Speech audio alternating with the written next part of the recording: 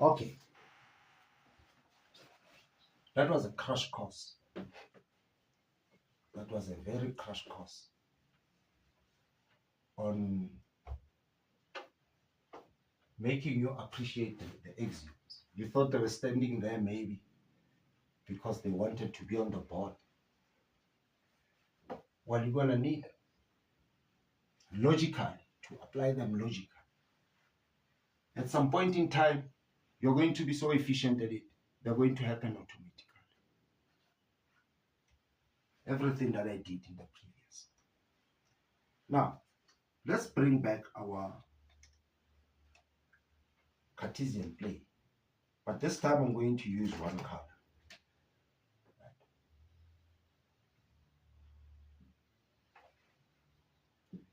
This is my X, a generic X, and now I call it X. It's an axis. The axis is implied by the line. It's an axis. So that I can now think of these as X values now. 1, 2, 3, 4. X is equals to 4. There it is. X is equals to 1. There it is. But I still like to maintain my 0, which is where I am in rate. It's not an operator. It's just a 0.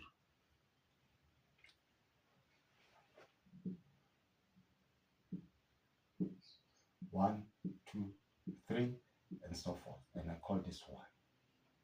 And it goes on, -1, -2, -3, -1, -2, and so forth, as a reflection of the 1. Excellent. Now remember, I had a guy, but I'm going to change, it doesn't matter. I'm going to put him here to coincide with 2 and 3. So you say, oh, you start with the primary, which is 2, and then you come with the secondary, 3. This is the point, right? You have your delta y, which is 3 minus 0. So which means this guy, the delta y, which is 3 minus 0, which is 3. You have your delta x. You have your delta x, which is 2 minus 0,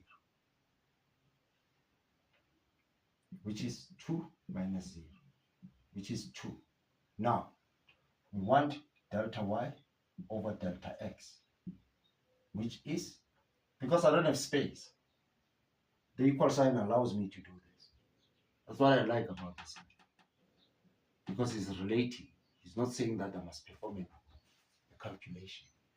The operators say, and I like to keep this in red actually. I like my operators, which is 3 over 2, which is what I call an n, right? So, just outlining the delta x, which is 2.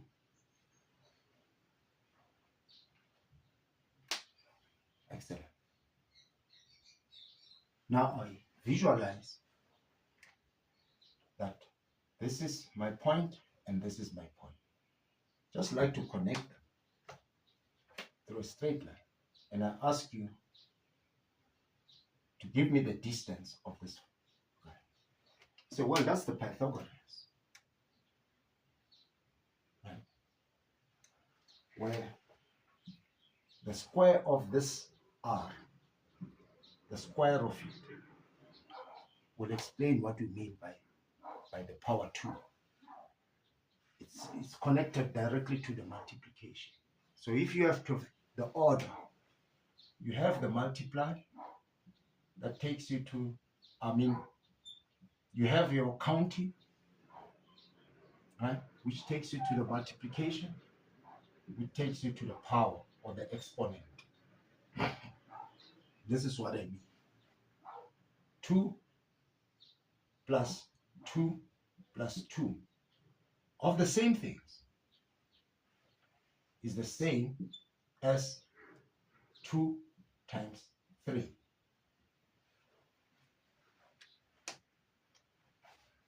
This is counting 1, 2, 3. That number is as a result of counting. Things that are adding themselves, in this case 3 times.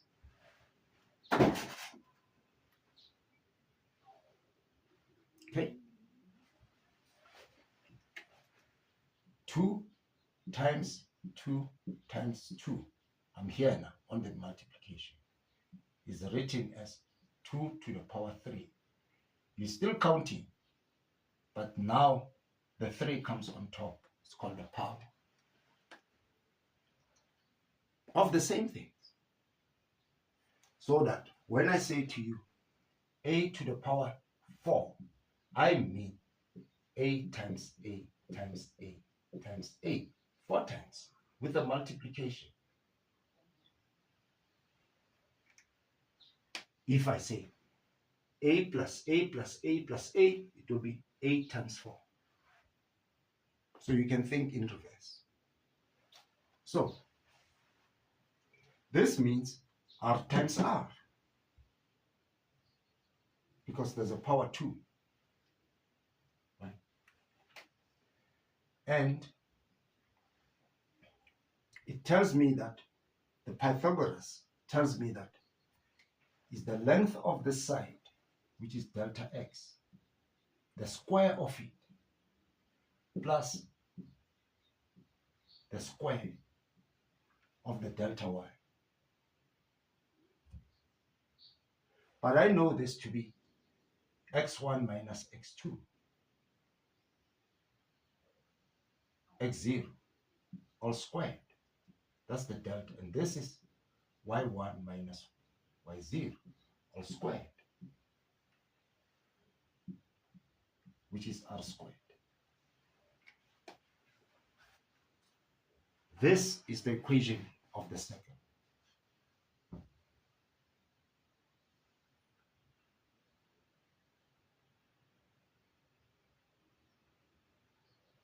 And I ask you to solve for, now you say, yeah. It's the equation of the second, we understand it. But equations come in terms of y, not y1 and everything. It's okay, fine. I'm going to remove this, I'm going to remove this.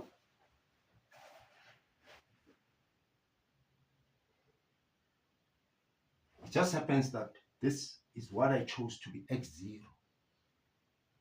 But x0 could be here. X0 could be here. I could call this x0. I could call this, I could call anything x0. I could call it x0. I could call it x0. And it will have the corresponding y0, because I chose this to be x0, y0.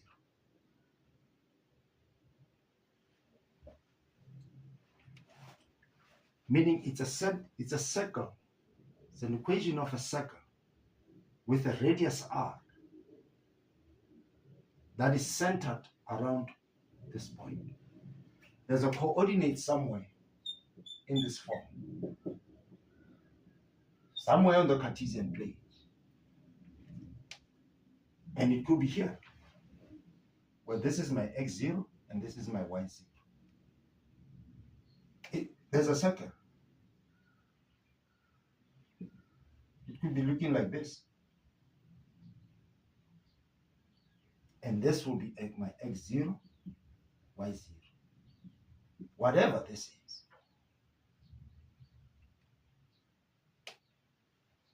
There's an easier way to visualize this.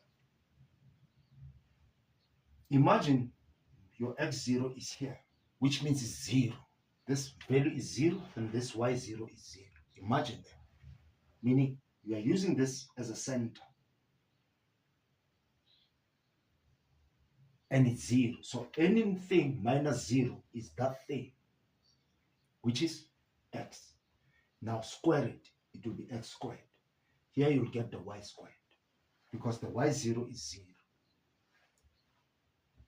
So that's a circle centered around with a radius r. Now, when you say minus x, the circle starts to move. The very same circle that was here centered in 0 starts to move. You can move this side or this side.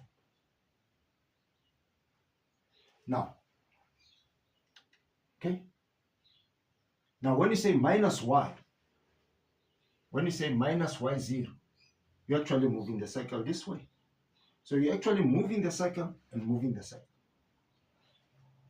You're moving the center of the circle this way and this way. And the center is here now. But the circle is still having a radius r.